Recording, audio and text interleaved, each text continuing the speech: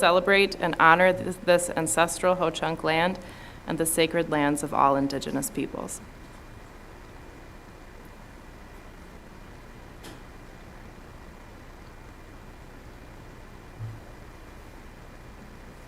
Will the secretary please call the roll? Ms. Baumann? Here. Ms. Berkdahl? Here. Dr. Garcia? Here. Mr. Jackson? Excused. Dr. Jimenez? Here. Mr. Neumeister? Excused. Mr. Korberg? Here. Dr. Sprague? Here. Ms. Sukla? Excused. A quorum of the Board of Education is present, so the public budget hearing of October 16th, 2023 is called to order. We will now have the Pledge of Allegiance. Please stand and face the American flag. I pledge allegiance to the flag of the United States of America and to the republic for which it stands, one nation, under God, indivisible, with liberty and justice for all.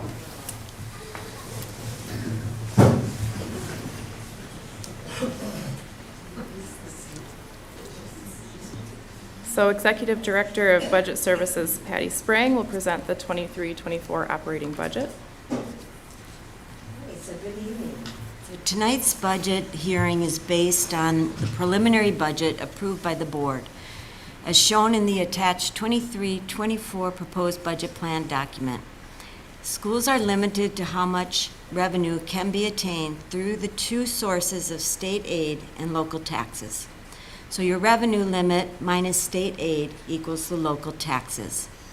Revenue limit makes up approximately 80% of the operating budget this year.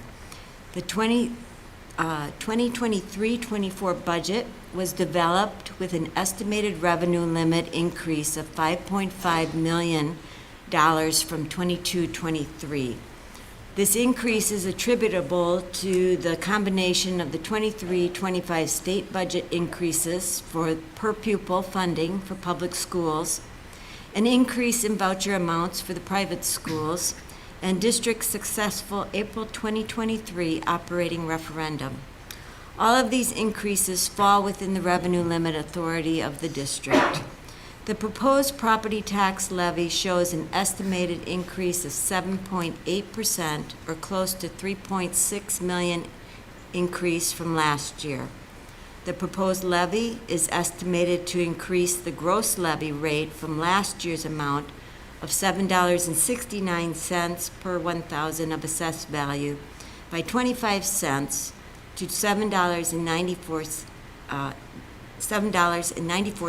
per 1,000 of assessed value, or $794 for $100,000 of property value. The school levy credits were also increased in the state 23-25 budget. These credits flow through the municipalities and are seen on a property owner's tax bill. These credits further decrease the impact of the school levy and result in the net school district levy rate, but these dollars are not known until December. The proposed budget and notice of the budget hearing was published in the La Crosse Tribune on September 30th as required by statute. When all numbers related to the revenue limit, enrollment, property values, vouchers, and other exemptions are known and calculated, the budget plan document will be updated in time for the levy to be set on October 23rd, 2023. Thank you. Is there anyone present who would like to address the budget?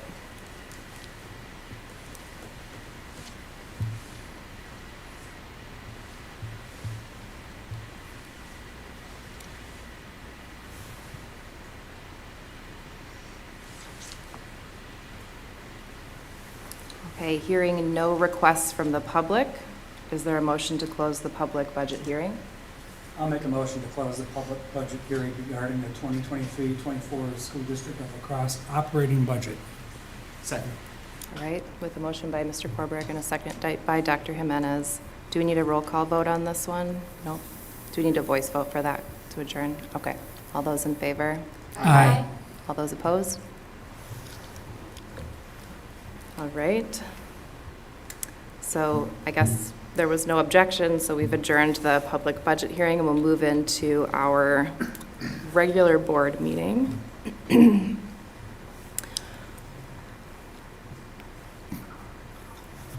All right, so we'll go through the same, should we do the same process? Need to take Just roll go right again. into roll again? Okay. Thank you, Dr. Jimenez. So, will the secretary please call the roll? Here. Ms. Berkedal? Here. Dr. Garcia? Here. Mr. Jackson? Excused. Dr. Jimenez? Here. Mr. Neumeister? Excused. Mr. Korberg? Here. Dr. Sprague? Here. Ms. Sukla? Excused. And since we just had the Pledge of Allegiance for our budget hearing, we'll skip over that one for this one. And we will move into agenda approval. I'll make a motion to approve the agenda as presented. Second. All right, so tonight's agenda has previously been distributed to the board with a motion by Mr. Korberg and a second by Dr. Garcia. We will approve the agenda as submitted unless there's a motion to amend. Hearing none. We'll do a quick voice vote. All those in favor? Aye. All those opposed? All right, we'll move on to our public speakers. So it is the policy of the board to provide at its public meetings an opportunity for individuals to address the board. Comments about individual staff or personnel will not be allowed. Open meeting law prohibits the board from engaging in discussion or responding to matters not included on the agenda. All speakers are reminded that this same policy limits your time to speak to 5 minutes. This limit will be strictly enforced. May I ask the superintendent to keep track of the time and to notify the speaker when time is running out? I will do so. You're also asked to give your name and the school district where you reside at the beginning of your time for the public record. Our first speaker tonight is Jan Morgan.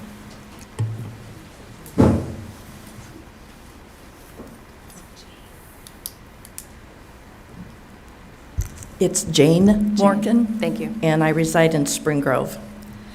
Thank you for the opportunity to speak with you this evening. I proudly served as principal in La Crosse for over 20 years at both State Road and North Woods. I understand and appreciate the challenges that are facing you now with declining enrollment. Having said that, I wanted to share a few thoughts regarding the closing of Northwoods International School. Recently, when I went to the doctor's office, I was greeted by a Hmong American man at the admissions desk, and he said, "Are you Jane Morgan, principal at Northwoods?" And I go, "Yes, I was." And I said, "Please refresh my memory by introducing yourself," which he did. And he responded in a way, I said, "I can't believe you can remember me." And he said, "I remember everything about Northwoods. I love that school." There's been a lot of discussion about neighborhood schools, and I feel this young man said it best. He loved his school. He wasn't from Madary, where Northwoods is located. He was from the north side and was bused. He arrived every day, safe and sound, and he had a short bus ride. I believe that if you put kids with caring teachers, you will have your neighborhood. Ask any private school whose boundaries reach far beyond city blocks. I know busing costs are considered as part of the facilities plan, but it's not a negative thing. It is safe and effective to get kids to and from school. A bus ride here or there is not going to make a big difference in the overall budget. So what does it mean? We have caring teachers, passionate parents, safe transportation at all of our sites. So what does it come down to? To me, it comes down to the physical space. Northwoods is the newest school in the school district. It was put there because of the space, not because we thought it was going to grow there. And it was created as a solution to the imbalances in our schools, economic, demographics, and overcrowding. The staff started focusing on the student population, and soon they started trying to include geography, culture, ethnic studies into the curriculum so that our students could see themselves in what we taught. Northwoods became a professional development school as a part of UWL, and from there it became Northwoods International School. This school has nearly 11 acres of green space, playground, intramural space. It has an outdoor classroom where I have seen dozens of monarchs tagged and released. It is located on a bike trail. that was used by PE and field trips. The kids used the hills out there for sledding. The environment was used for many hands-on science lessons. The classrooms have sinks. They're carpeted. Kids can sit on the floor, sit in desks, get messy. The hallways are carpeted, adding more learning space. The building is handicapped accessible. I mention this because this school is ready for kids now, and it does not require major capital improvements or changes. At a recent meeting, I heard that it was asked what might be used if Northwoods closed. I heard 4K Center. This option would require many more buses, and it would make busing a moot point in the decision-making process, not to add to a host of other problems, including we've got to take care of our community birth through age 5 centers. From my perspective, the committee was given a narrow parameter of considerations. Close a school on the north side, close a school on the south side. Why not 3? Why not 2? Why not 2 on the south? Why not build a new school? Why not move the boundary between Logan and Central if enrollment demands it? We've done it before. Another question might be, which property is the most marketable and might contribute to the betterment of the community of La Crosse, not just the district? At this point, to me, it's obvious that the schools are being pitted against each other. Teachers against teachers, parents against parents, and how do you make a decision? Who has the most yard signs, the most money, the loudest voices? Or do you keep the school open that is the newest construction, the most green space, a diverse population, a safe transportation system, and whose staff has adapted to multiple changes over the years with grace and care? 30 seconds remaining. I ask you not to close Northwoods. It is an innovative learning space. Thank you. Thank you.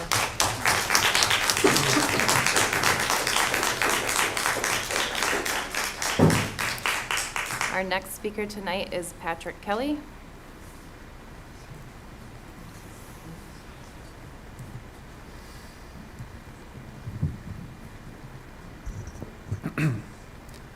Hello, my name is Patrick Kelly, and I'm a parent in the La Crosse School District. I'm here to talk about the pending decision on elementary school closures. To start, I do not envy the decisions put forward before the board, and no doubt they will be long debated and not taken lightly. I'm also not here to advocate for our school over another school, simply to tell you about how special a place it is in its own right. My second grade child goes to Emerson Elementary School, which is uniquely suited in the middle of La Crosse, a true neighborhood school. Most, if not all, students live well within walking distance. As a result, our neighborhood fills with groups of K through 5th graders, all of them walking, running, or biking to get to school on time, or meet their friends on the playground before that first bell rings. Every Wednesday, we take the walking school bus from the nearby park. We say hi to Bruce, the crossing guard, who reminds us to have fun and to learn a lot.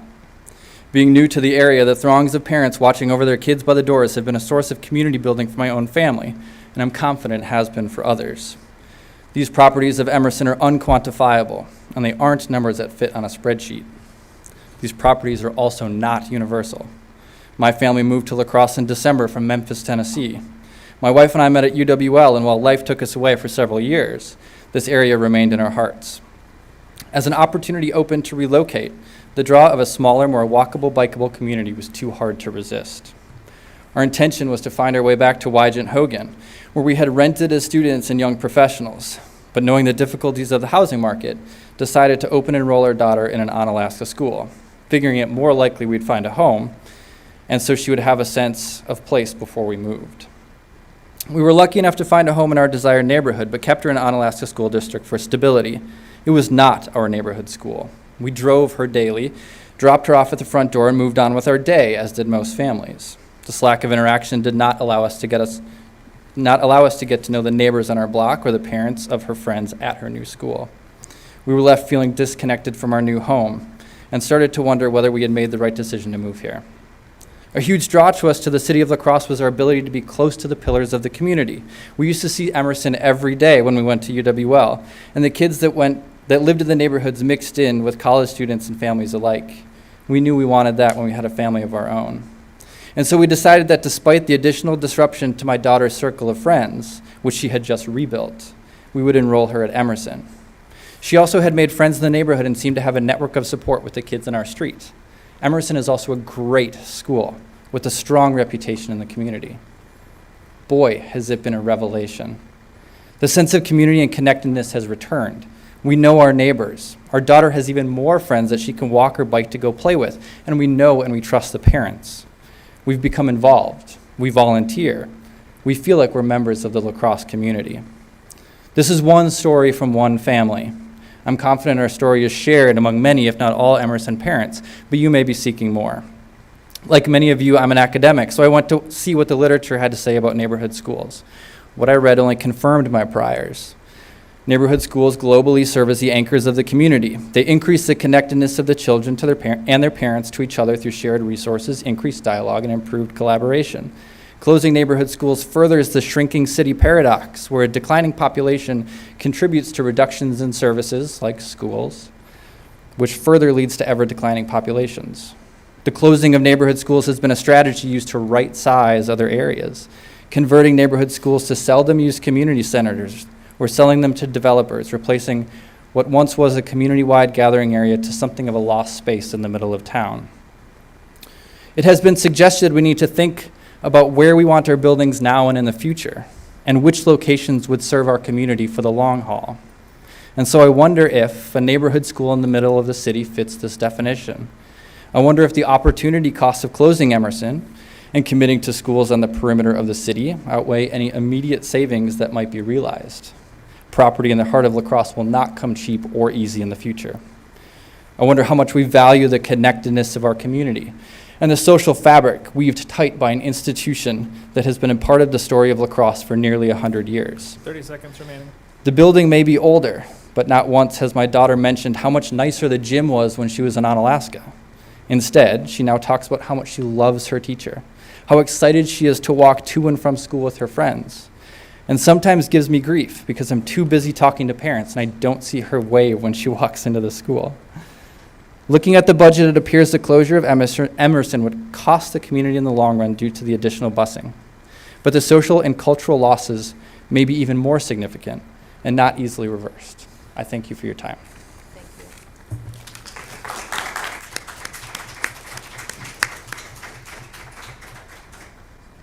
Our next speaker tonight is Adam Menka.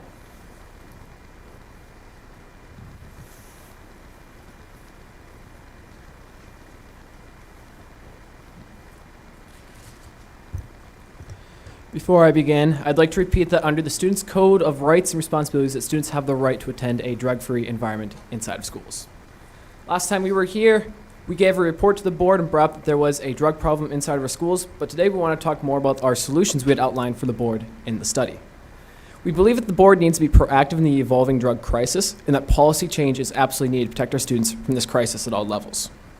Our first proposal is that we add vape detectors inside the bathrooms and locker rooms of middle and high schools.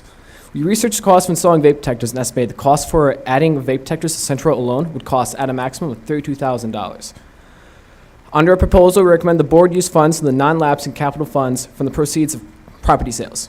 In a report we were going to give to the board, you can see just by adding vape detectors that 80% of bathroom incidents cease to exist. This brings us to our second solution. There is no guiding policy on how to enforce and discipline the drugs inside of our schools. There is nothing mentioned in our school code regarding the policies on how to stop students from using drugs inside school grounds, and the only mention of disciplinary action was left to administration without clear guidelines. In comparison, faculty had a clear 5-strike policy that made sure that there would be no repeat offenders. The top complaints we heard from teachers is that enforcement has been negligible for students who are creating the problem, and so we concluded as a solution to create a 3-strike policy to make clear that drugs are not tolerated on school grounds, and to make clear that what actions that will happen to those who have gotten off lightly as of now. On the first strike, we propose that a student will spend a day of in-school suspension and a talk with parents. At 2 strikes, a student will spend an entire week of in-school suspension, and at the third, administration would talk to parents to find ways treatment for potential drug addiction. It is important that students are not expelled for drug usage, and that this policy is meant to keep students inside of schools, but make it clear we will not tolerate drugs inside school grounds. We propose that the yes roll number be restored from 3 to 5. Under the current memorandum of understanding, all drugs caught inside of school grounds are to be disposed of by the school resource officers. We also found out that administration relies on these school resource officers to help out with what enforcement there is. And the SROs have relationships with many students to help build trust and has helped students and parents with getting rid of their addiction. Since the removal of the SROs, the police department said the biggest inhibitor to their job is the downsizing, as trusted officers are clearly understaffed, not with one school, but with all. We propose that there be an SRO in each middle and high school and one for all elementary schools. Our fourth proposal was for administration to report the numbers of drug incidents to parents, as well as to bring awareness to parents what they could do to stop their child from beginning a drug addiction. It is my highest belief that the best way to manage a school is with the parents, and so parents need to know that their child that they entrust us with is in a safe environment. A couple of years ago, a group called Wake Up Call brought over a mobile bedroom that demonstrated common hiding places teens hide their drugs from parents. The event was used during a parent-teacher conference. It was a success among parents who were made better aware of how to protect their child and identify drug abuse. When we reached out to this group, they said they'd be happy to set up in La Crosse again sometime. We believe that more measures similar to this are vital to curtailing the crisis inside schools and outside.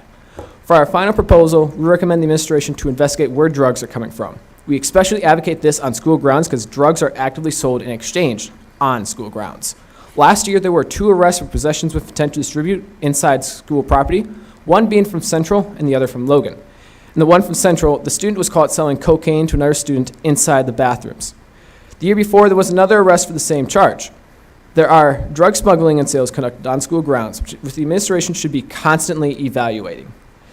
Even sales outside of school grounds can make it inside schools. These sales are unacceptable, and there should be a no-tolerance policy towards such sales made on school grounds. We propose that in all drug cases, the administration should investigate where these drugs are being exchanged, and if any student is caught selling drugs on school grounds, then that school should be brought to appropriate authorities.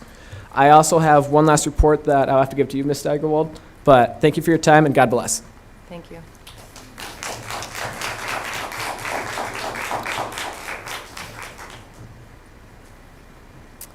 All right, so that was all of the registered speakers we had tonight, so we can move on to our school showcase. Tonight, we're going to hear from Principal Uribe, and if there are other representatives from Summit Environmental School also? Not today?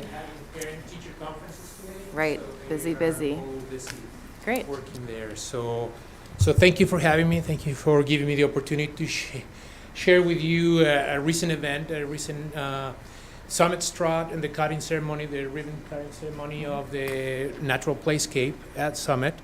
And I have a short video that I want to show you. You've probably already seen it, but it's a really cool video that one of our community members took with a drone. So.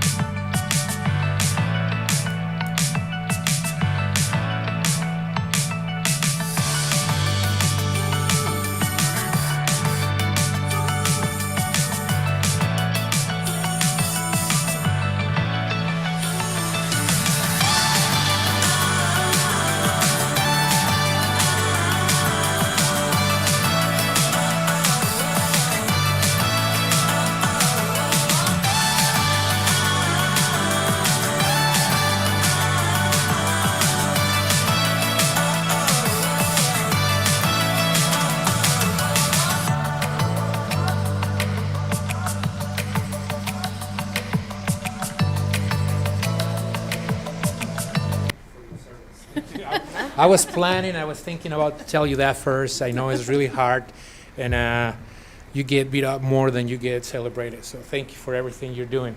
As you can see, that's our natural playscape. That was an effort. Actually, the planning started 4 years ago with Mr. Hunter. Hunter was the previous principal of the school for 30 years, and we wanted to honor him and his work in the school to build the environmental program. So he started the development of the playscape.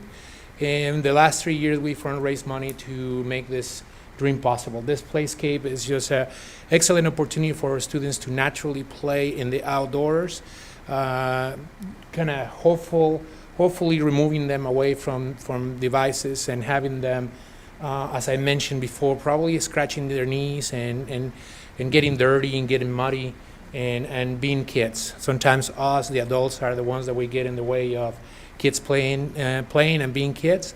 So we just hoping that with an opportunity to enjoy through our environmental program and the natural playscape, they get fascinated with the area, just like I did when I came as a exchange student to WL, and come back and live in the area just because the natural beauty, and we need to preserve it, and we need to help our students value and enjoy everything that the beautiful Driftless has to offer.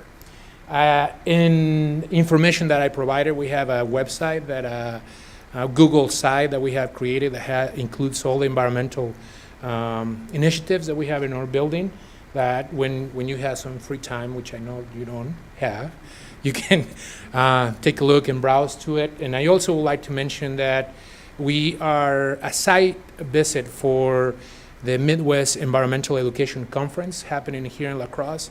For 5 states in the Midwest will be gathering in La Crosse and the Stony Creek on Alaska to learn and to educate and share experiences about environmental education. We have 4 of our teachers presenting, and I have a session in that conference too. And I recently was asked to also have Summit as a site for the science conference in April. We're doing great things, and I'm just a steward of what Mr. Hunter started, and the students are calling the natural playscape the Hunter Hill.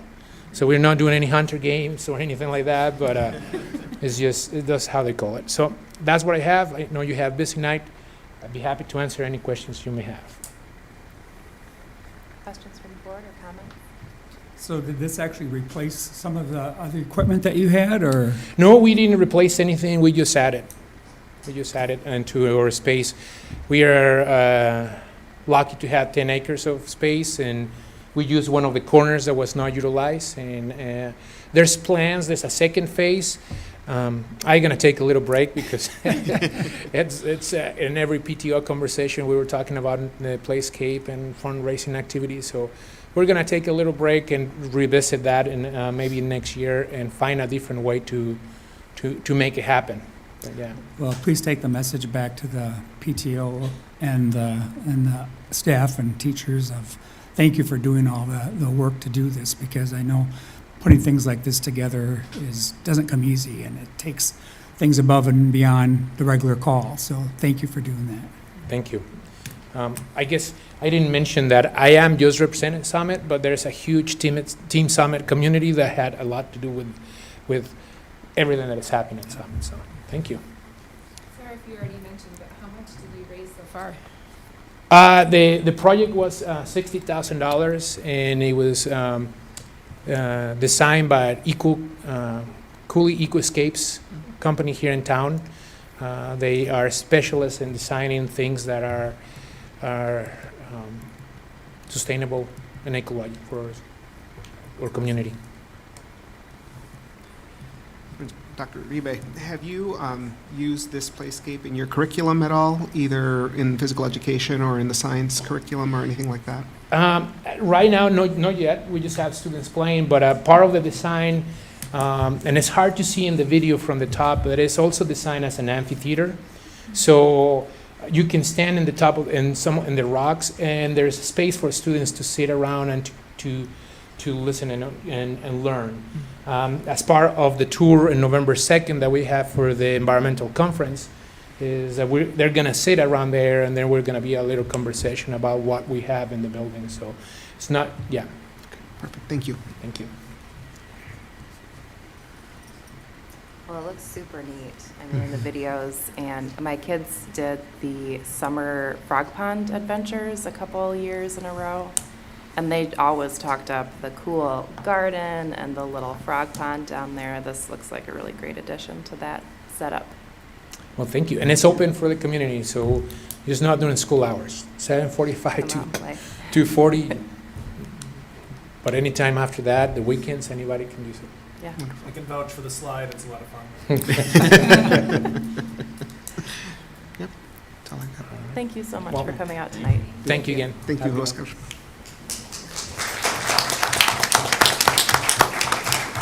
For the folks in the crowd, if you want to take off, you're welcome to. The heat isn't working in our building, and so it's a little chilly. But you're also welcome to stay and enjoy our board meetings.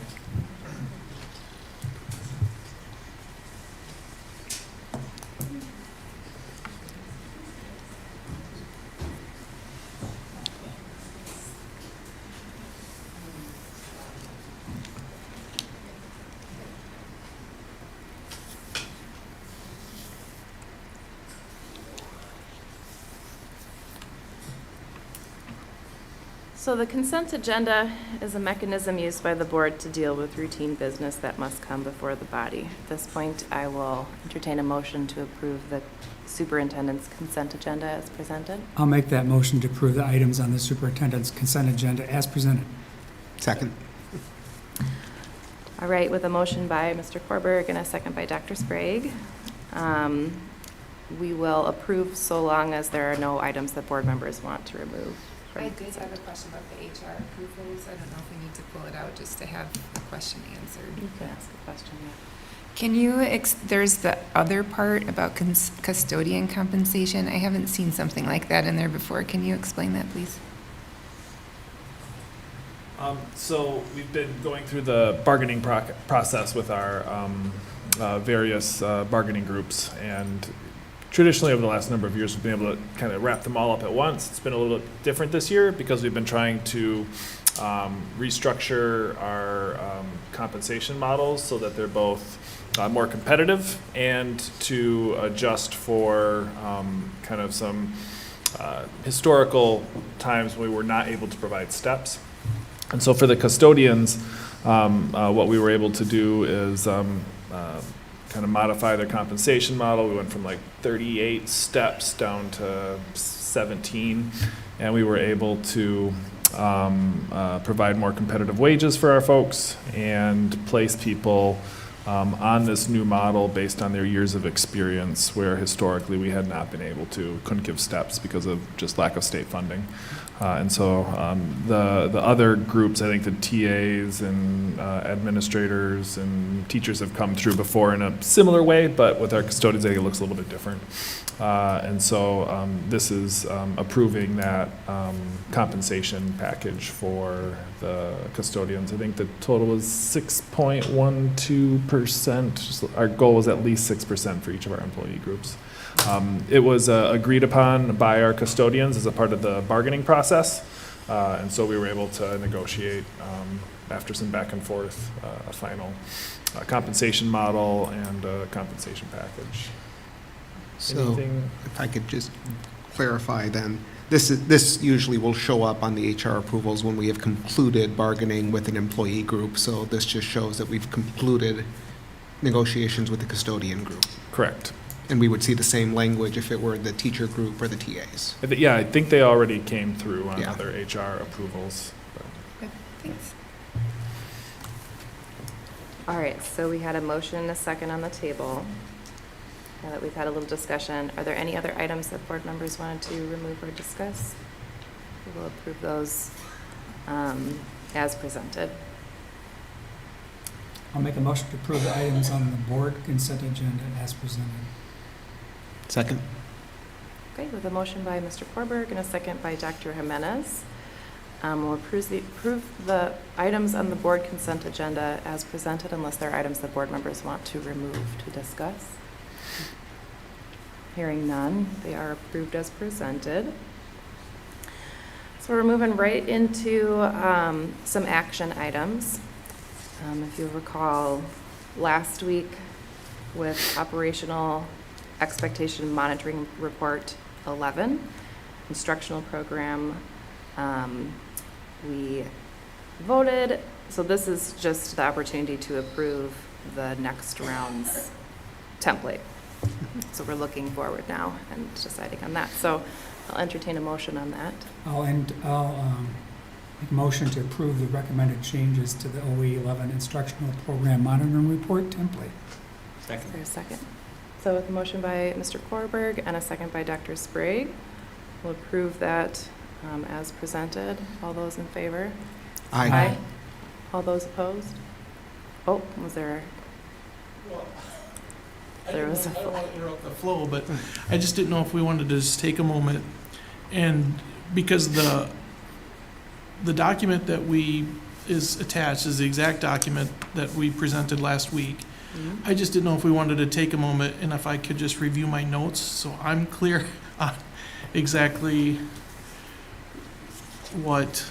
Yeah, we'll take a moment. This will take Yeah. 2 seconds. Yep. I just want to make sure I've got the exact understanding of the board's wishes going forward on Okay. OE11. Sounds good. And so this shouldn't take long. Okay, so with 11.2, we decided we're not going to move forward with that recommendation.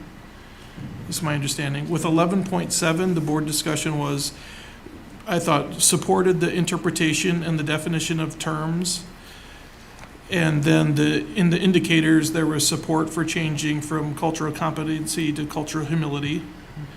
And then in 11.8, the board discussion was not to move forward with that recommendation. Am I clear on each of those? So if we're under that understanding, that I understand what the changes are and we can, That sounds like what the discussion Okay. centered around. okay, Yeah. then thank you. I did want to, if we didn't open up for conversation at all, but I did want to ask with the OE 11.7, when you presented those last week, you seemed a little like you took a stab at suggesting things that, I don't remember the exact language that you used, but I think you said something like, this isn't exactly my area, but I think I put something together that makes sense. I just want to make sure that you feel confident that the proposed changes are something that suits the folks that you work with, or who would, I don't know. Is this ringing a bell at all, or am I misremembering? Yeah, no, we it were wrong? very comfortable with Okay, the proposed changes. It was really an effort to try to contract okay, in areas, but we didn't have to contract in those areas either. It was just Okay. trying to honor what we thought maybe the board was asking for. But no, these are good. It's a step in the right direction and totally supported, so. great. And Thank you. the things that we have in OE 11.7 align with our work with Social Responsibility Speaks and our other definitions elsewhere, so I think it creates consistency across our organization. All right.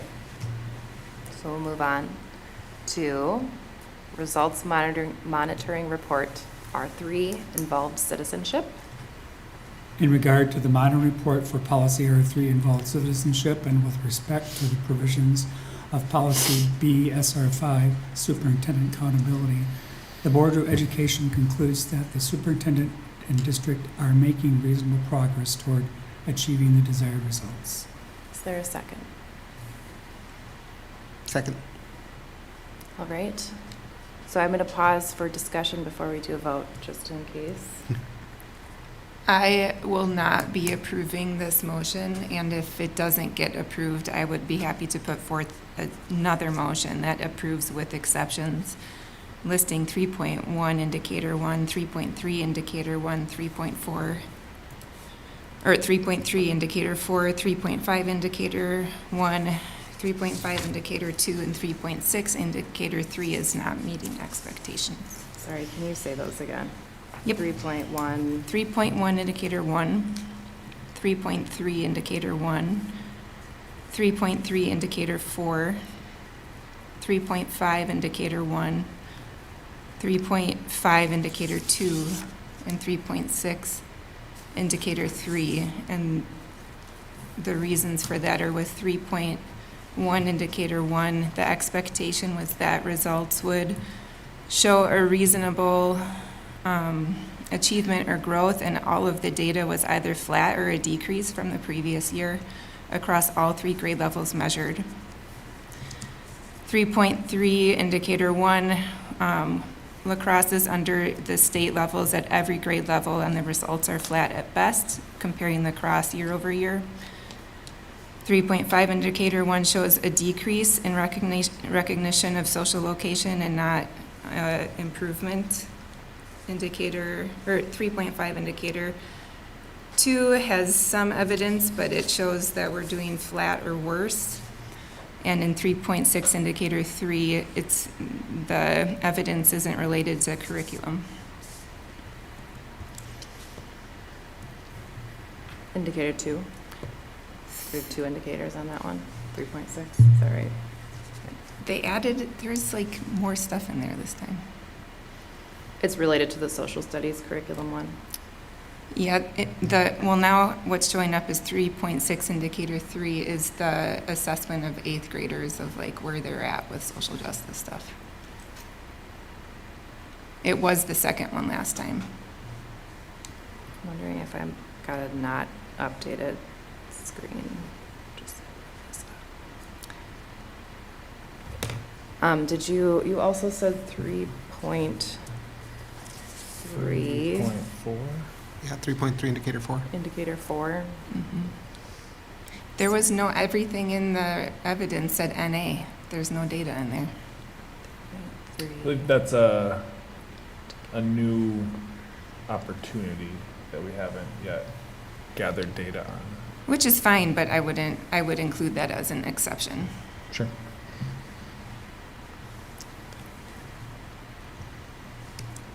Just letting y'all know where I'm at.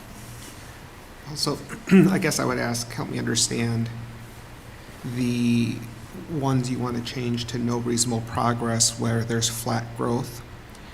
If the indicator language states that we will demonstrate reasonable achievement or growth, so it doesn't have to be growth.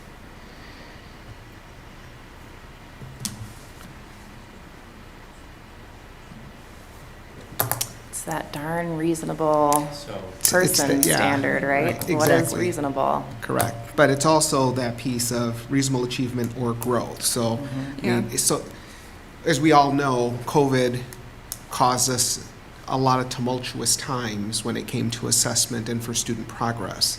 I think we're still trying to support our students in growing, but in some respects, not moving backwards in reasonable progress. Or should I say, no negative growth is still a positive thing given where we're at currently. So that's where my head is at on those. When there's flat achievement, we have not moved backwards. We have stayed consistent or are looking to move forward. So I do hear you on the other ones. Yeah, it was only flat for 4th grade. For 8th and 10th grade, we have seen a decrease. And overall, if you average 4th, 8th, and 10th together, the average has decreased as well. And I think in the past we've struggled occasionally when there are multiple pieces and then like one, it's multiple parts and one reasonable person standard. So it's like how many of those multiples need to be showing progress or flat to meet that one, which it's up to the board to decide what is reasonable on those. Well, and what you're saying is reasonable achievement. Like, even if it did decrease, would that still be reasonable achievement overall? Is that what you're asking? Yeah, again, I'm just looking at the language of the indicator where it talks about demonstrate reasonable achievement or growth. So the or there would specify that it doesn't have to be growth, right? I mean, if students are at grade level, I mean, what more do we want? I mean, obviously, we would like to have them be at a higher grade level, but if they are at grade level, or at least achieving reasonably close to grade level. We have just over half of students at proficient or advanced. Yeah, and again, I mean, that's where reasonable achievement, I don't know. I think that's what the board needs to decide, right? So, I mean, I'm not trying to be argumentative, but it is that piece of, right? No, that's a good point to think. I mean, it's a philosophical thing. Like, I don't know. Do you think 57% is reasonable achievement? Well, I would also say, where have we come from, right? I mean, if we looked at ourselves prior to the pandemic, probably not. If we look at ourselves post-pandemic, possibly. As a benchmark for like what's reasonable for advanced and proficient, meeting that benchmark. With reading, for example, on the international test for reading, the PISA, if you look at the highest scoring countries in the world, folks like Hong Kong, Shanghai, schools that segregate their school systems, only let in their best, only test their best, proficiency in those school systems maxes out at about 60%. So in the best countries in the world that have all the resources and the ability to screen out their students, they hit 60% on international tests of academic proficiency. So that's just something to keep in mind as we consider proficiency in our schools. These are normed tests for a reason. They are not based necessarily on objective standards of performance. They intend to create bell curves. And so the ability to score beyond 60% is highly unlikely in any school system, because they will just move the threshold in order to create a sorting mechanism for students. That gets into that philosophy thing again. I agree 100% is like the goal, especially for things like civic responsibility. I just don't know that it's actually possible on a state standardized test the way they're constructed. I think the reason we suggested reasonable growth was a 3-year trend, and looking at 4, 8, and 10 together, and what is the variability that indicates a decrease versus flat versus increasing? Is that 1%? Is it 2%? Is it 3%? That's something I think is worth debating in the future as we move forward. I also understand that it was 56% last year and it's 54% this year. That is not increasing. And so it's reasonable to say exceptions or did not meet progress. I understand that as well. So I totally get that. That's just context from my perspective, but I get where that outcome comes from, absolutely. And I think where we had the frustration with this same kind of thing last year is that maybe we need to define our indicators differently so that we can, if it's not, I don't know. I Yeah. understand they're aspirational too, right? We always want to work for progress. We always want to work for it to be better.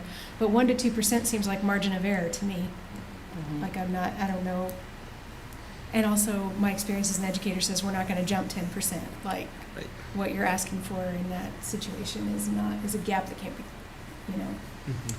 is a leap that you wouldn't expect. I came in tonight ready to share Ms. Berkedal's objections on, I think it was 3.11 and 3.31. A little further than I did on the other one. But I'm also thinking more about what Dr. Jimenez has said about reasonable from where, and are we reasonable in the world as we have experienced it over the past year or year and a half, 2 years.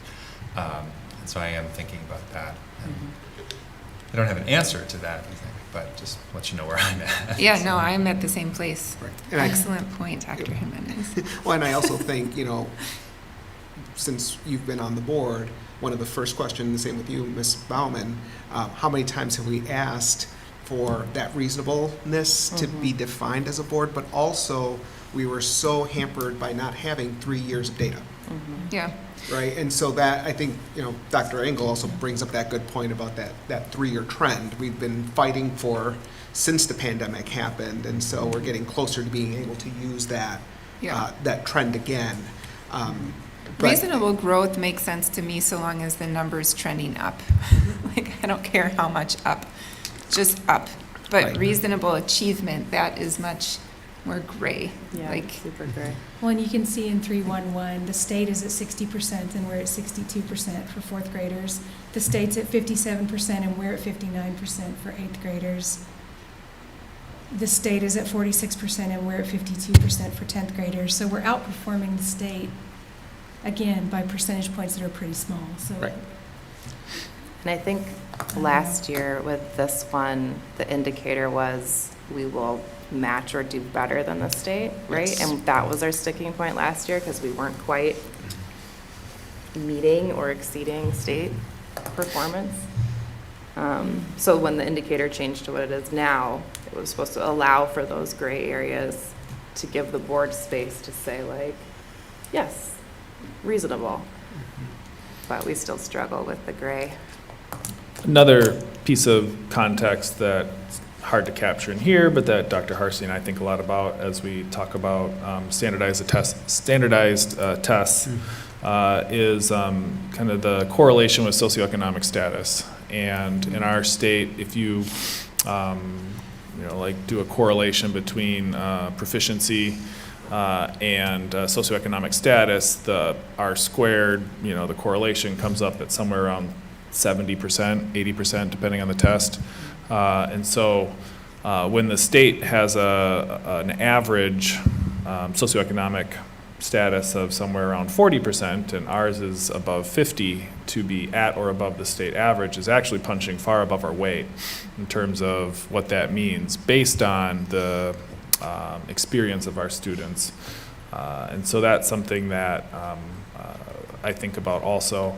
I met a superintendent of the year once who said he just hoped his school district could get to average because it would mean that they had done so much better than schools like them in their position. And at the time I thought to myself, wow, what a low bar, the state average. But when you think about where your students come from, the experiences that they have, the challenges that are unique to each school district, average becomes something different depending on that context. For our school district, across all of our students, when we get larger sample sizes, reaching the state average means something different than it does if you're in a school district that has a poverty level of 5 or 10%, as exists in some school districts. So that's just context too. It's hard to capture in all of this, and when you just look at fourth grade, civics responsibility goes from 61.4 or 62 to 62. It's flat. Like, that's no growth. It is also above the state average, so that means something in and of itself too. Those are the context and nuance, though, that is hard to capture in these sorts of reports. It's also a great example of why we should never reduce student achievement to a number. But that's what we need to do.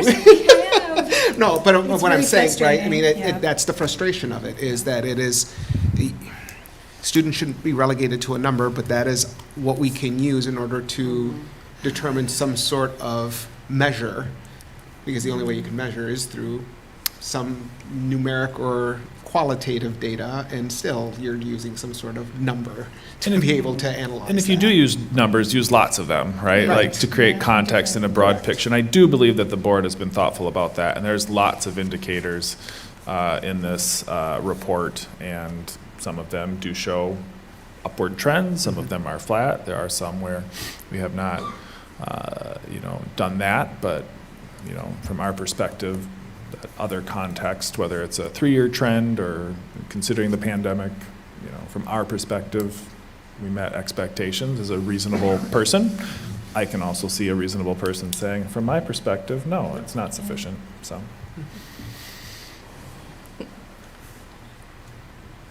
I would be willing to remove the 3.1 indicator 1 and 3.3 indicator 1 based on the or technicality that I am going to hold to my guns.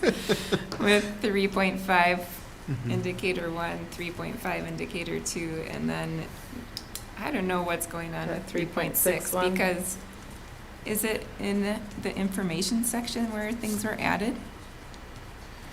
I completely. And I'd be supportive of a motion in compliance with exceptions for those things, because 351, we're struggling in. And it's okay to acknowledge, we're struggling in that, we struggled in it this year. I think it's important for us to acknowledge when that happens, it's not right? meant to be punitive, but it's like, let's be honest about where we're at here. We've said from the beginning, if we're not making it, we should be stating that. We should not be afraid to state that. So yes, I mean, I don't disagree with marking. I just want to make sure that we have a good understanding as to why, and that we are being truthful to what our indicators are. So I'm hearing more discussion and consensus around 3.5 indicator 1, and indicator 2, yeah, and then 3.6 indicator 2. those would be the 3 exceptions if we did another vote. So first, the, 2 2 and 3.6 and 2. so the motion on the table was to. Well, we have the original reasonable motion. Yeah. Right. Yep, so that motion was making reasonable Reasonable progress progress. toward achieving the desired results. So Correct. to close that, we vote. Yes. If it does not pass, we can make another motion Correct. based on where discussions were going. Correct. Look at those prompts, see which one fits. Okay. So all those in favor in accepting the motion that was presented, say aye. All those opposed? Nay. Nay. All right, so now we have the opportunity for another motion. In regard, I've never done this since Brad, I feel like. First time for Brad, everything. you. Give us that. You gotta pass the torch at some point. Yeah. In regard to the monitoring report for policy R3 involves citizenship, and with respect to the provisions of policy BSR-5, superintendent accountability, the Board of Education concludes that the superintendent and district are making reasonable progress with the exceptions noted. Should I go ahead and note them then? Yep. I'm gonna include 3.4, which we didn't talk about, which is the environmental one. There's no, like, it, Not enough really data to nice determine. list, but Yeah. there's not any numbers for us to determine that there was an increase in opportunities. 3.5, indicator 1, 3.5, indicator 2, and 3.6, indicator 2. Is there a second? I'll second the motion. All right, we just had pretty good discussion. Can I ask a clarifying question? Yes. So for 351 and 352, what's the rationale for those not meeting expectations? The data shows a decrease in recognition of social location. 3.5, indicator 2 is the same evidence as presented in indicator 1, and it has the same. Excellent, thank you. Yep. And if I can also clarify, Yep. you had mentioned 3.3 indicator 4? Because there's Yes. there's no data? Yeah, and it says in the, that the evidence would show an increase in environmental educational opportunities from the previous year, and we have a list, but there's no numbers, it's impossible for us to determine if there was an increase. It's not that there wasn't, but we can't look at the evidence provided and determine there was an increase. You So just it's didn't 3.4. note it as one of those you were going to mark as exceptions? 3.3, indicator 4. I did. Did you say that one? No. I might have called it 3.4 by accident. I Okay. meant Yep. 3.3 indicator 4. Okay. Yeah. That's the Sorry. world language proficiency? Yes. Yes. No, 3.3 indicator 4 is the environment. That's See- 3.4. Oh, I'm sorry. Yes, and 3.4 because that's the one with all the NAs in it. There's no data on that. Okay, let me rephrase Yes. my exceptions. This is why I'm asking. Here, thank you. Different than- Here are the exceptions noted. 3.3 indicator 4, Mhm. it's a blank report. 3.4 indicator 1, it's a list, but because there's no actual data, it's impossible for us to acknowledge there was an increase or not. 3.5 indicator 1 shows a decrease in recognition of social location, and same as 3.5 indicator 2, and also 3.6 indicator 2 because that survey wasn't related to curriculum. Okay, so that was the motion. Did the person who gave the second feel comfortable being the second on that? I do, yeah. Okay. We've had some discussion. I'm going to move into a vote. So all those in favor, say aye. Aye. All those opposed? Okay, that motion carries. Ms. Steigerwald, did you get all the exceptions? Okay, cool. I wrote it down too, just in case. You can have this later. Chicken scratches. All right, so we are moving on to. Before we move on. Yep. It may make sense for the board members to consider how we would want to relook at R3 next board meeting for moving forward. If this language was causing us some concern, maybe we should think about what does the language mean? Do we need to make an adjustment to it, or are we okay with it because we now feel comfortable that we understand what we are asking for, so the administration knows what we're asking for? Are you talking about the ORs?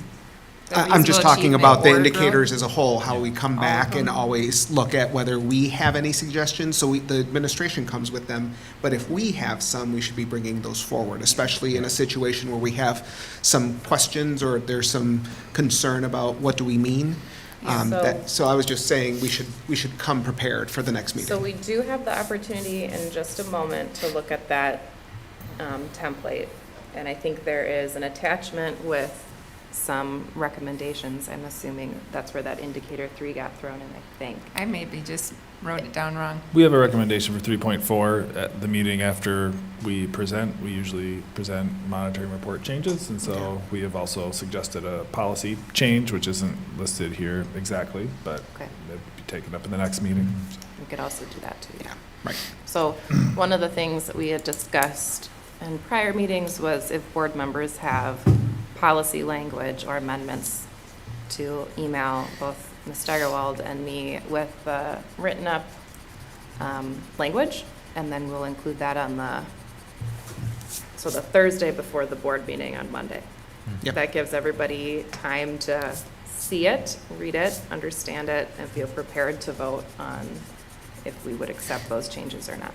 But it's not up to us to rewrite the indicators and evidence, right? But if we thought the policy was creating unnecessary struggles and we never are satisfied with what we're given because of the way the policy is written, Okay, so if we can change the policy. the policy part. Right. Yes. We have to work top down to get, Yeah. to instruct Dr. Engel to do what we want him to do. Yeah, and I know like 3.4 practice, the word practice, I believe, had, Dr. Lukecki has mentioned a few times as being like the sticking point. Mhm. The students aren't just like learning environmental stewardship, it's that they're doing, and that has been hard to measure.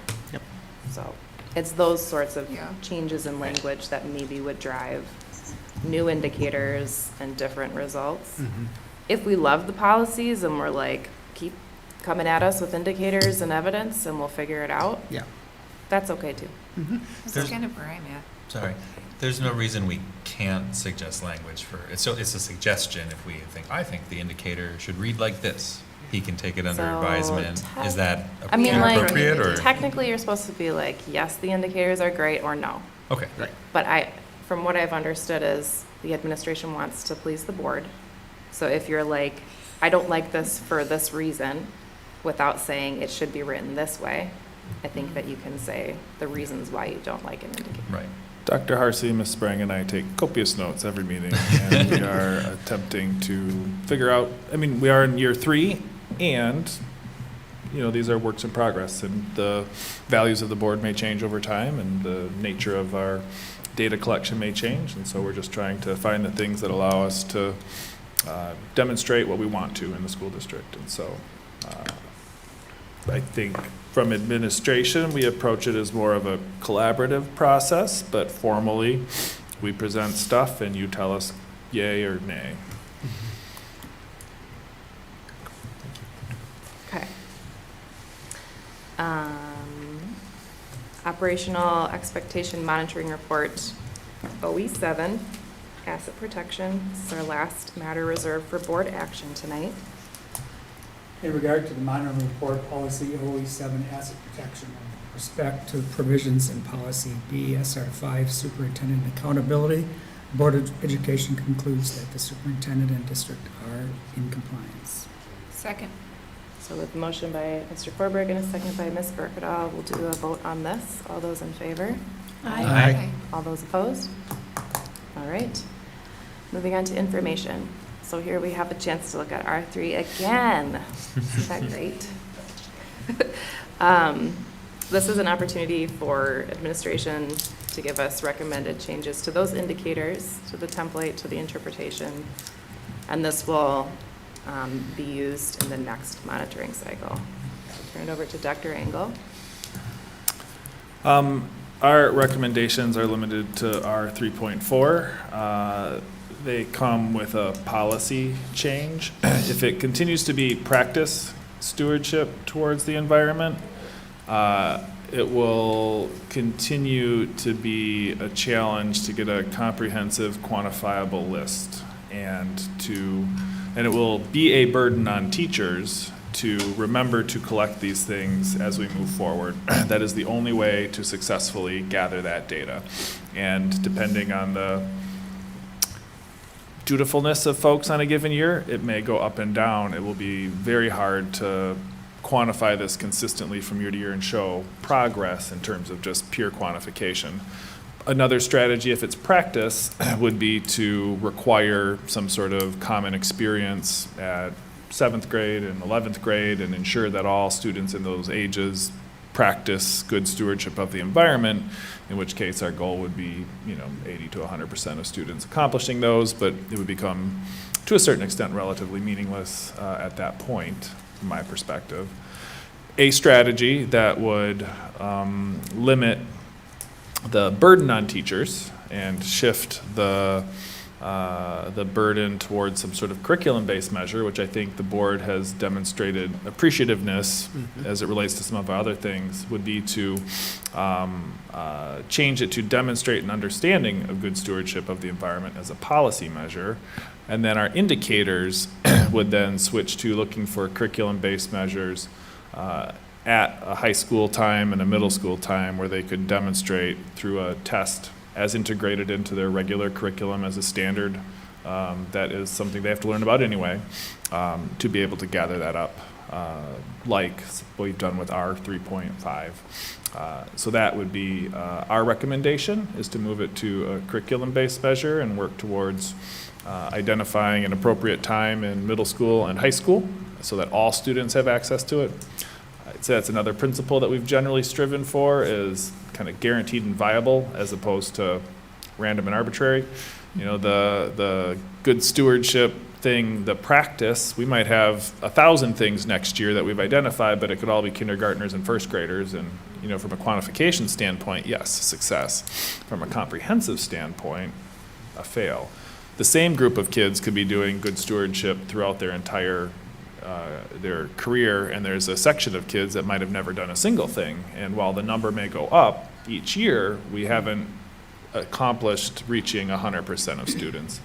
By moving towards a curriculum-based measure incorporated into a class that all students should have to take, we'd get much closer to all students demonstrating that stewardship that I think the board values. And so that's why our recommendation for our 3.4 looks like both a policy change and then curriculum-based measures at the middle school and high school.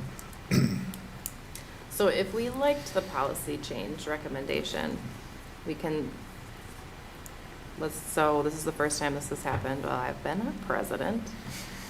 How about a board member who likes that, they want it, can submit it, and we'll include that for the next, so we can vote on that.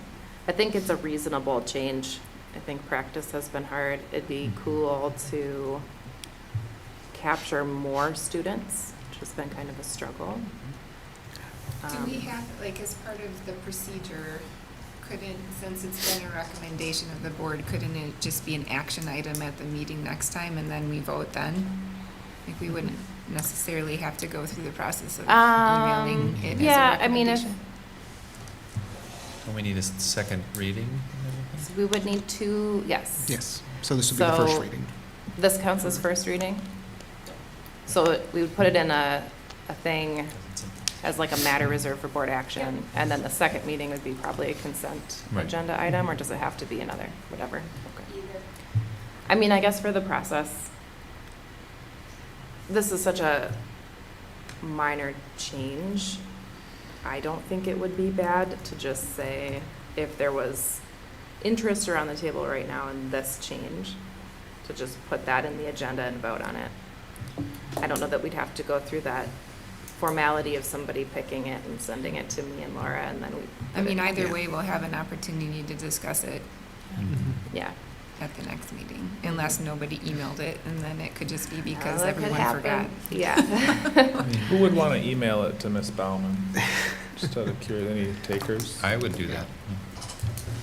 I do I'm wondering if you have any notion of what the evidence is going to look like at this point, because we already have, in the science curriculum, we already have environmental stewardship sort of baked in, right? Are there existing assessments, curriculum assessments that you're thinking about already? Well, I'm worried about, I'm just going to tack this on. I'm worried about the inclusion of increased again in these indicators.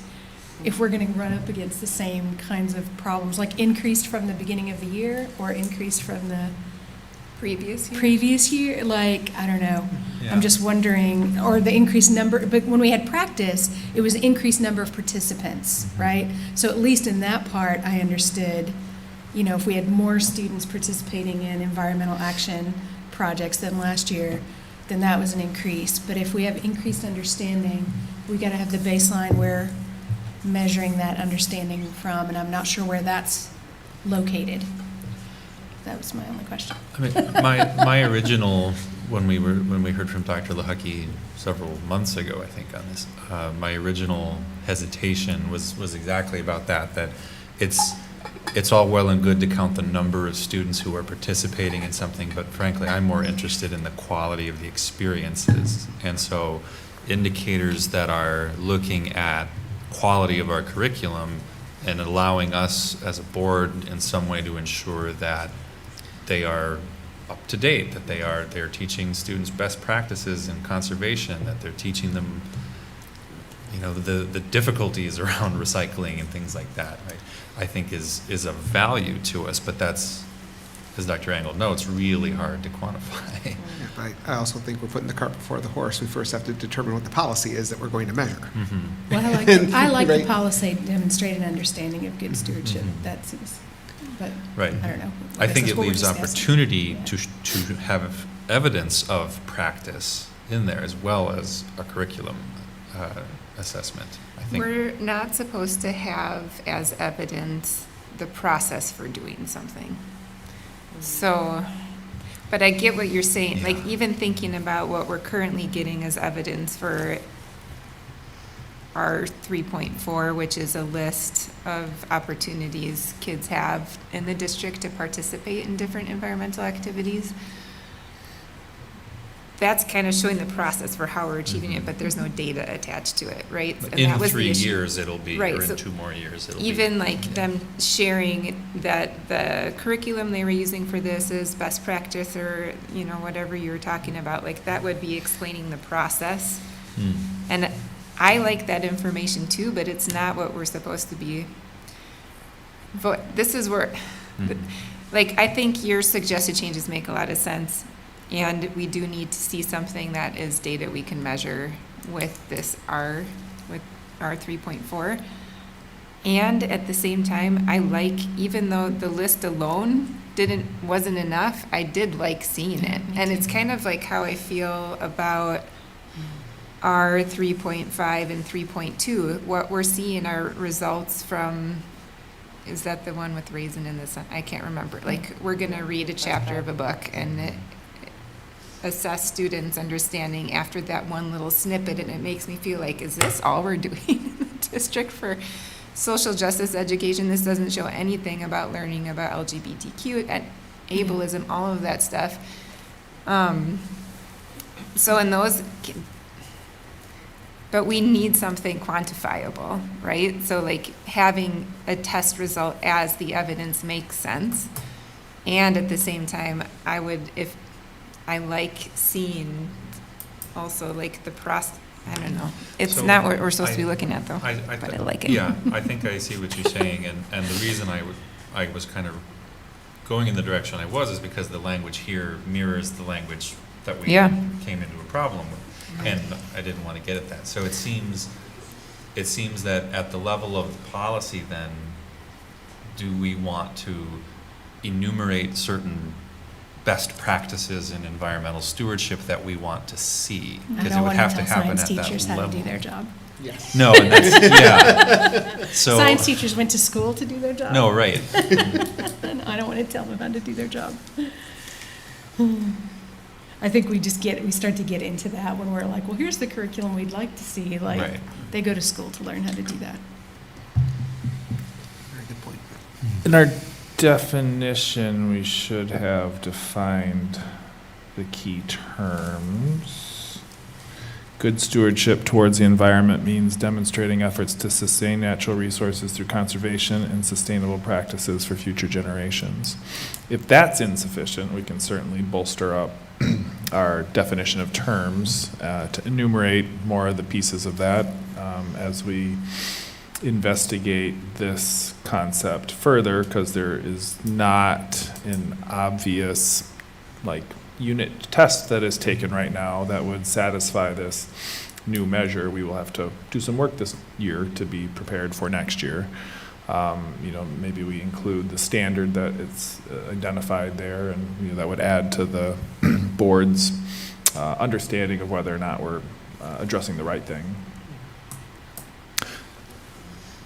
As far as process goes, that's what our operational expectations are for, particularly OE 10 and 11 as it relates to instruction and curriculum. So if there's process things the board wants to see, those are the places for that. It gets a little weird with stuff like good stewardship of the environment because it's unique to our school district. It's not really, it's a minor element, frankly, of a comprehensive curriculum.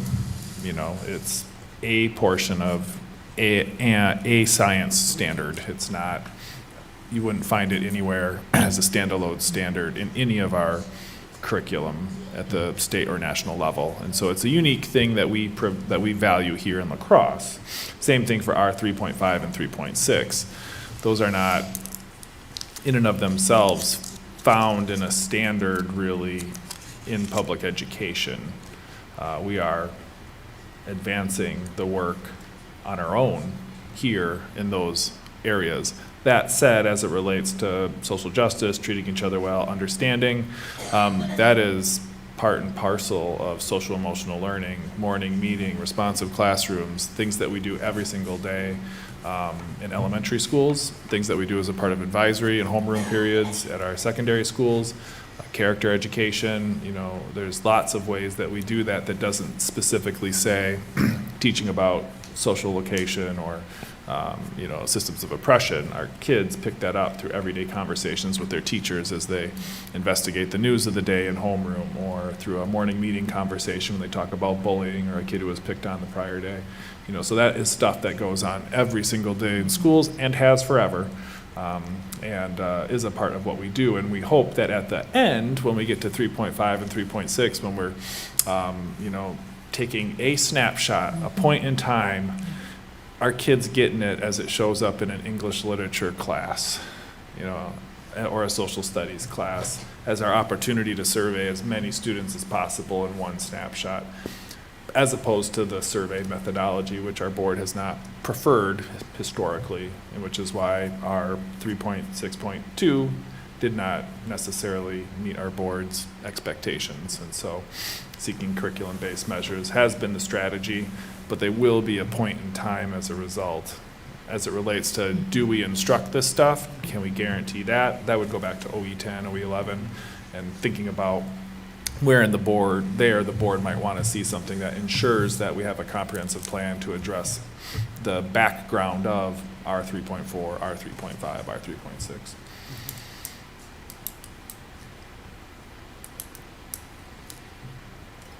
All right, so, Ms. Steigerwald, will you help me on the process a little bit for what this template might look like? If we are anticipating a potential policy change, would maybe delay the template for another meeting for R3, approving that template and indicators so that administration has time to change those indicators if the policy changes? Okay. Okay. So at the next meeting, we will not see that template with the indicators. If board members feel strongly about policies, language in R3, please email me and Ms. Steigerwald, R3.4, R whatever, R3 whatever. And then we will have that discussion at the board meeting. Following that, we will be able to look into the future on what those indicators would look like. So the indicators we're seeing here, I understand just from my own interpretation of the recommended policy changes to give us a flavor of what that might be if we accept it. Absolutely. So pending acceptance, we may see those again. And at that point, when we see them again, we can say yes or no and indicate like why we like it or not or whatever. Right. But not like change this word to this word, we right? have to take it one step at a time. Yep. It's a Okay. good chance to practice too. I wouldn't want to truncate the process. Yeah, me neither. Okay, so let's move on to the next information item, which is operational expectation monitoring report of E7, asset protection. The administration does not have any recommended changes, it looks like, but this is an opportunity for board members to say their piece on that if they have any comments. Seeing no's.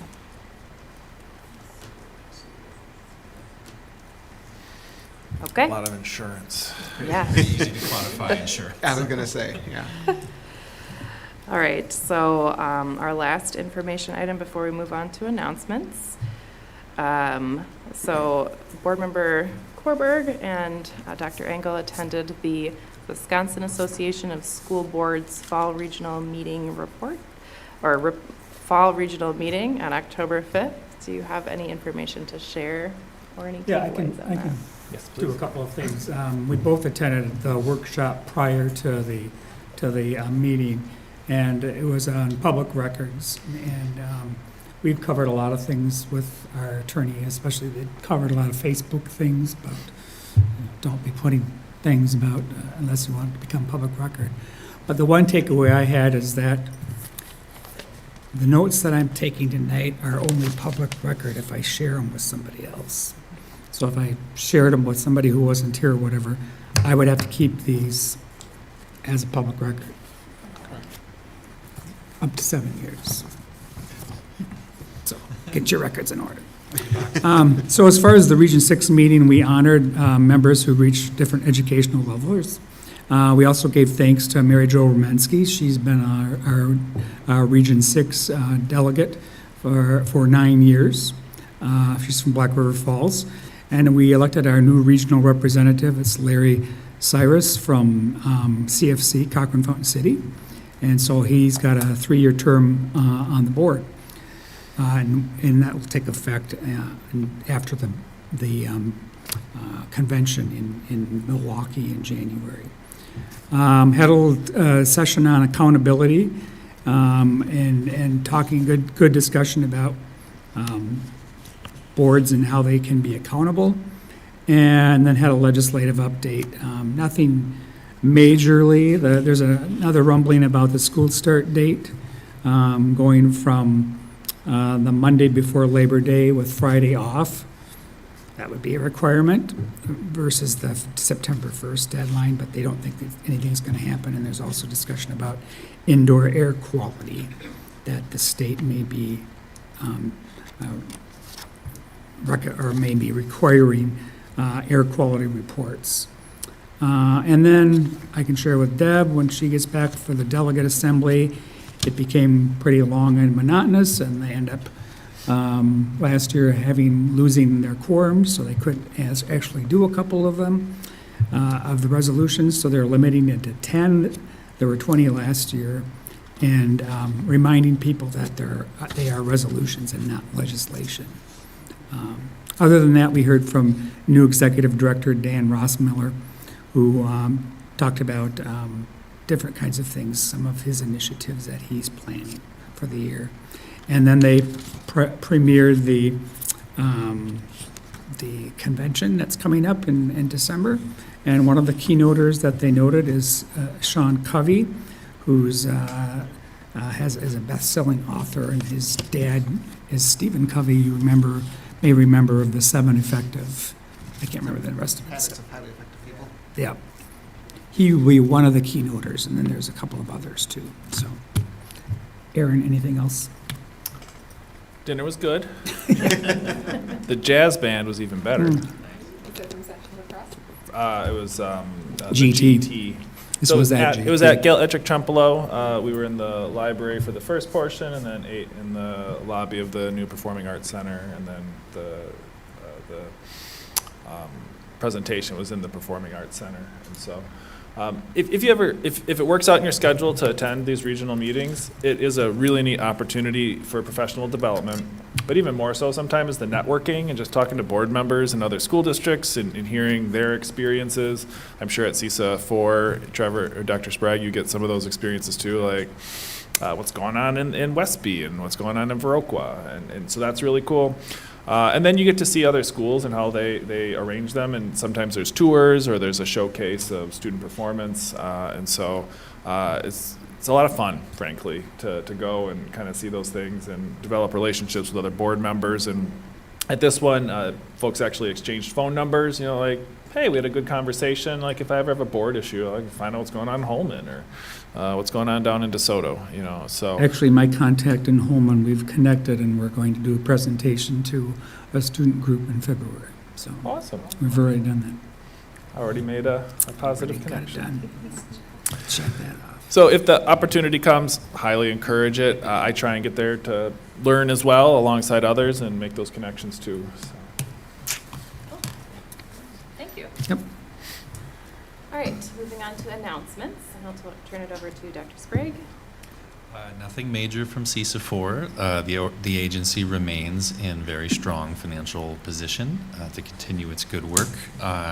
The purchasing of new vehicles proceeds apace for many of the roving professionals, which is great, and looking for interesting opportunities to provide educational experiences as well, so that in one of the necessary maintenance projects of some fencing around the actual CISA building, rather than contracting with a big agency like Phillips or somebody, they decided to extend the opportunity to West Salem's tech ed courses to actually have the opportunity to learn on the job of doing a pretty major fencing project there. Cool. And I think that's wonderful. Cool. Thank you. Ms. Burkett-Ell, do you have any announcements? 2, save the date for the Grant and Award Luncheon, Friday, February 9th. Also, La Crosse Public Education Foundation is launching their staff campaign, and there is an opportunity to contribute through payroll deduction, which we all can do as well. I know some board members do already, but it can be an auto deduction out of every paycheck that we receive. And look out for an email from Nell with a link to that opportunity. That's Thank it. you. All right, mine is just a reminder about the linkages coming up. At the last meeting, there was a question of if 3 people have signed up, can more come? And the answer is absolutely. Just hit enter and add your name as many times as you want. So the first one's coming up on Monday at 5. That's right. Please plan to come if you can make it. And then check out, I think Ms. Steigerwald sent a link to it in the board agenda announcement that she sent last week, right? Okay. That's all I have. Dr. Engel? Only things I have last week was school lunch week, which was awesome. I got to serve out at Southern Bluffs, which was a lot of fun. I am really good at serving hash browns. Found that out. So if you ever want to serve lunch, if it ever works out, happy to arrange that. It's a great time to meet all the kids in a building all at once.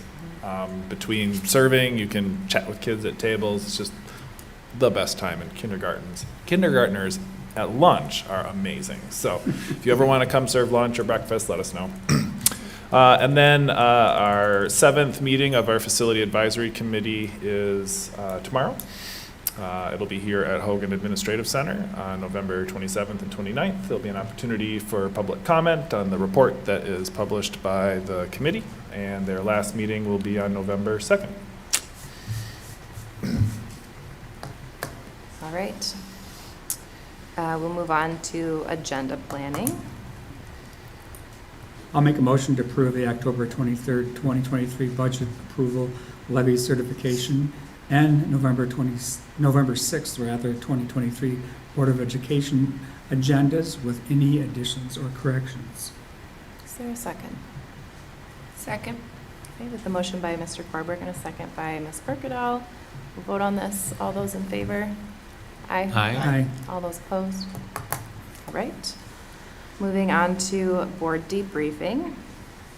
Dr. Sprague, it is your night. Good thing I noticed at the beginning of the meeting, and what a good opportunity. I don't think, and not since I've been here anyway, have we had a chance where we had a motion and a second on a big item like we had tonight, and then to be able to go back and really get into some of the weeds on the discussion of what, and I appreciated the way the discussion around the exceptions really was pretty nuanced around some of the definitions, and really considered,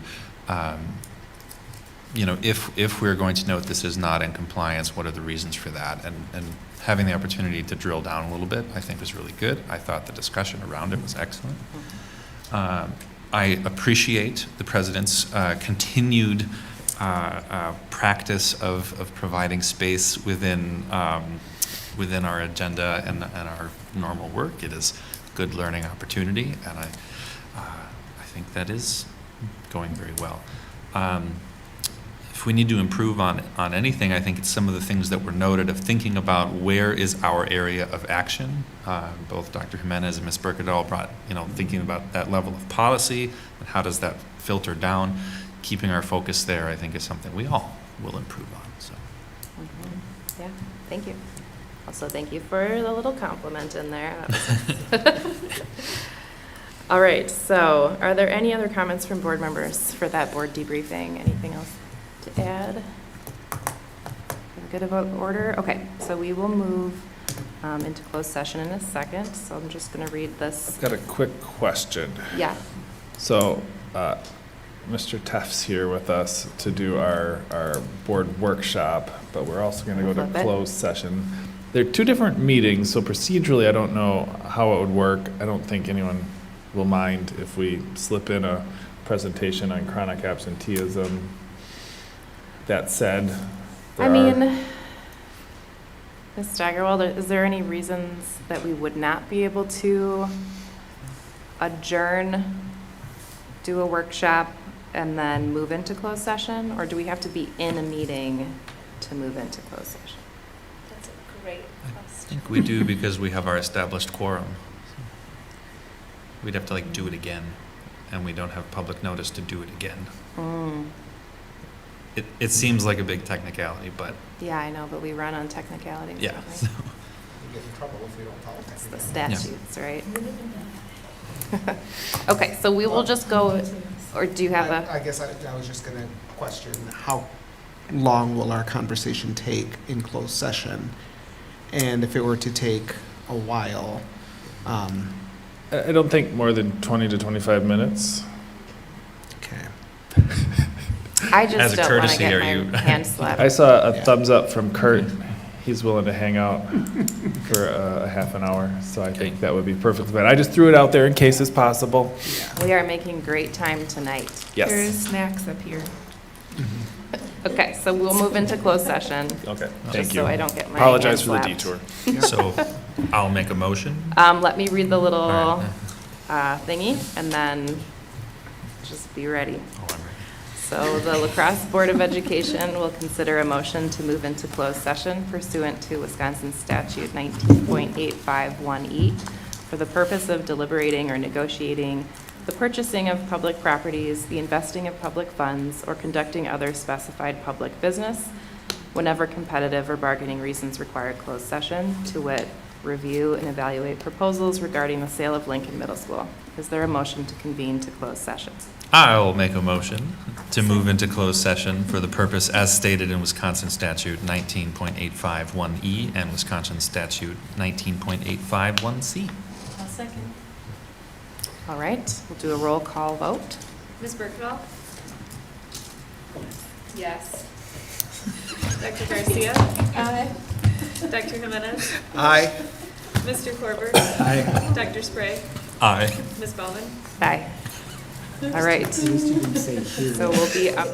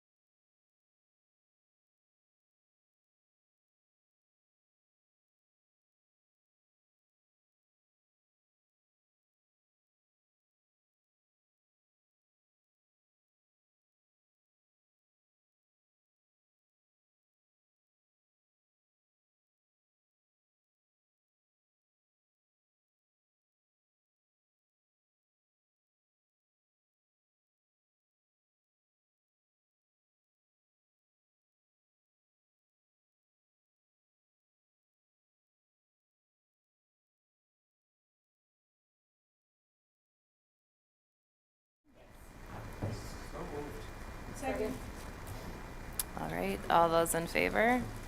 Aye. All those opposed? Dr. Garcia? Yep. Okay, and now we're going to adjourn to a workshop. Hearing no objection, right? Now we're doing a workshop.